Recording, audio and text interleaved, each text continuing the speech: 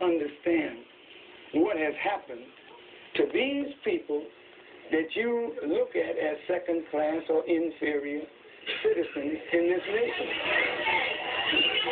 Black people who were brought to this country were stripped of their names, language, culture, religion, God, and taken totally away from the history of themselves. Here are 30 million people who don't wear their own names. They wear your name. Who don't speak their own language. They speak English, which is not their language. They never were allowed their own cultural expression of Africa.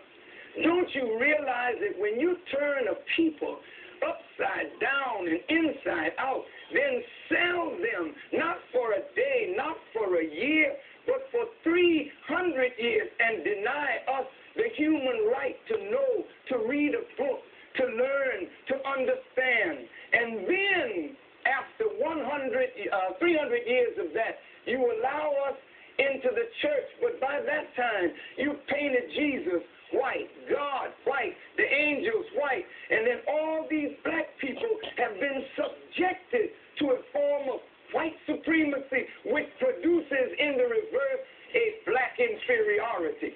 And this is fulfilling what Jesus said, as a man thinketh, so is he. And as long as our people think the way they think, we will never be able to do what we as a people should do to correct our condition. Over here, please.